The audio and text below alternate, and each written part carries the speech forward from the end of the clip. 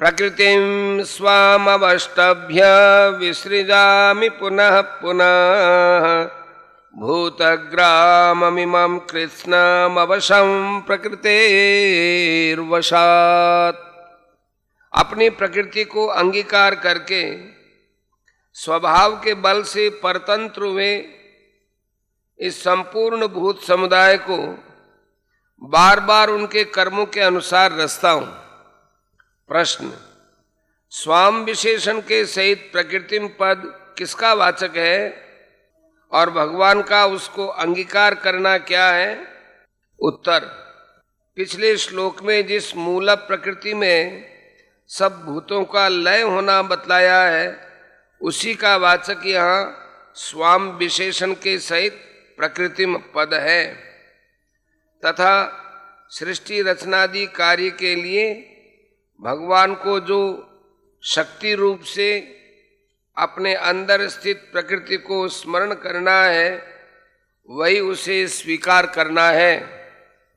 प्रश्न, इमम और कृत्स्नम विशेषणों के सहित भूतग्रामम पद किसका वाचक है और उसका स्वभाव के बल से परतंत्र होना क्या है?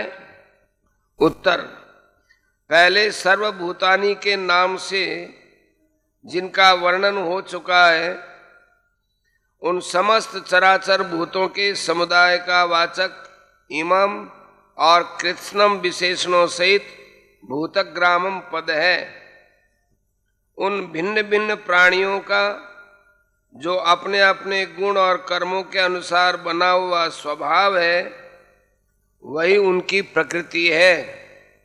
भगवान की प्रकृति समष्टि प्रकृति है और जीवों की प्रकृति उसी की एक अंशभूता व्यष्टि प्रकृति है। उस व्यष्टि प्रकृति के बंधन में पड़े रहना ही उसके बल से परतंत्र होना है। जो मनुष्य भगवान की शरण ग्रहण करके उस प्रकृति के बंधन को काट डालते हैं वे उसके वश में नहीं रहते। 7वें अध्याय के 14वें में बताया है, वे प्रकृति के पार भगवान के पास पहुंचकर भगवान को प्राप्त हो जाते हैं। प्रश्न,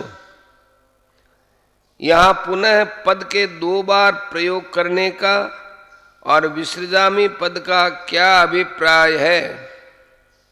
उत्तर, पुनः पद का 2 बार प्रयोग करके तथा विसृजामि पद से भगवान ने ये बात दिखलाई है कि जब तक जीव अपनी उस प्रकृति के वश में रहते हैं तब तक मैं उनको बार बार इसी प्रकार प्रत्येक कल्प के आदि में उनके भिन्न भिन्न गुण कर्मों के अनुसार नाना योनियों में उत्पन्न करता रहता हूँ।